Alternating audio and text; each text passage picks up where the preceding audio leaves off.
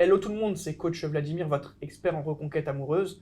Dans cette vidéo, j'accueille Aurore pour vous parler d'un ex ou d'une ex qui vous dit « je ne reviendrai jamais ». Salut Aurore, ça va? Tu vas bien, Vladimir? Ça va, merci, et toi? Je vais très bien, je te remercie. Qu'est-ce qu'on fait alors dans ces cas-là, quand on entend ça? Alors, déjà, ce qu'il ne faut pas faire. Ouais, on peut commencer par là aussi, c'est une bonne idée. Parce que très simplement, quand on entend ce type de phrase, ou comme une vidéo qu'on a déjà faite ensemble, c'est-à-dire je ne t'aime plus, je ne te veux plus, etc. C'est souvent des phrases qui sont dites sur l'émotion, d'accord? Ou parce que la personne a beaucoup trop accumulé durant la relation et elle en a tellement marre qu'elle a envie tout simplement de rester seule et de s'éloigner, d'accord?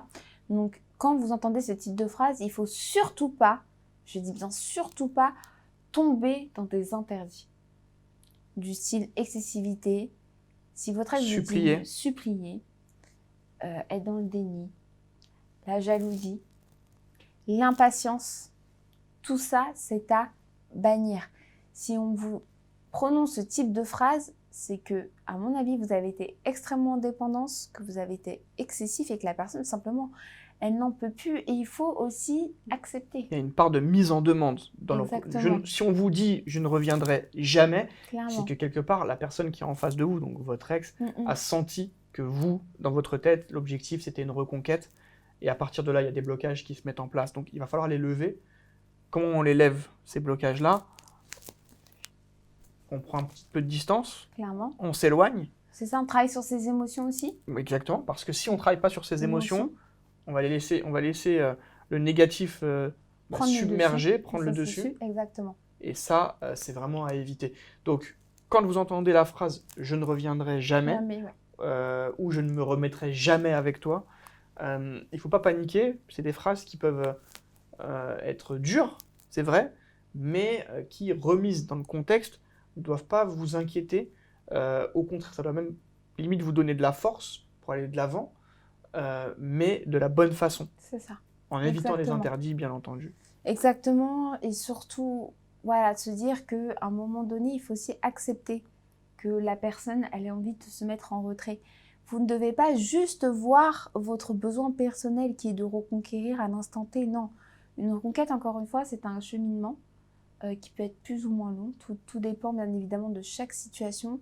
Il faut faire preuve de patience et accepter aussi que l'autre personne, elle ait besoin de se ressourcer, de se retrouver avec elle-même pour tout simplement mieux appréhender la reconquête et mieux rebondir par la suite. Donc ne voyez pas juste votre besoin. J'aimerais juste ajouter aussi encore une chose. Je t'en prie. C'est qu'il ne faut pas rentrer dans une provocation. Clairement. C'est-à-dire que si votre ex vous dit « je ne reviendrai jamais », il ne faut pas lui dire « il ne faut jamais dire jamais ». Là, c'est trop brutal. Clairement. Et au contraire, ça risque de créer encore plus de tension finalement entre vous. Clairement. Vous mettez votre ex au défi quelque part. Et ça, c'est vraiment la chose à éviter. Parfois, il vaut mieux ravaler sa salive et tourner un peu les talons de manière à s'éloigner et à laisser les choses en l'état, plutôt que de faire parler sa fierté, son ego. Vraiment, ça, c'est à éviter. Clairement. Donc là, surtout, quand vous entendez ce type de phrase, mieux comprendre déjà, de savoir pourquoi la personne elle a besoin de se mettre en retrait, ne pas faire preuve d'égoïsme sur le moment, de se mettre en retrait et surtout travailler son ascenseur émotionnel. Il y a plein de choses qui vont vous aider à vous reconstruire aussi émotionnellement parlant. Vous allez avoir de la méditation, vous allez avoir des activités sportives telles que le yoga qui vont vous permettre aussi de connaître une autre dimension de vous-même, de vous cultiver également, comme tu le précises très souvent, par le biais de livres de développement personnel, extrêmement... Ou des vidéos sur YouTube. Ou des vidéos sur YouTube également, ou des formations aussi qui peuvent vous aider déjà à mieux vous concentrer sur vous et surtout vous renouveler. Donc toutes ces actions-là, il faut les mettre en place. Profitez en fait de ce moment où la personne ne souhaite plus en fait avoir affaire à vous pour vous préparer en fait tout simplement à l'après. C'est ça qu'il faut saisir en réalité. C'est pas parce qu'à l'instant T, vous avez un refus que derrière, ça va perdurer. Au contraire, à travers des petites actions, vous allez pouvoir reprendre le contact, recréer du positif. Évidemment, une reconquête amoureuse, parfois, ça prend du temps, mais donc il ne faut pas se précipiter.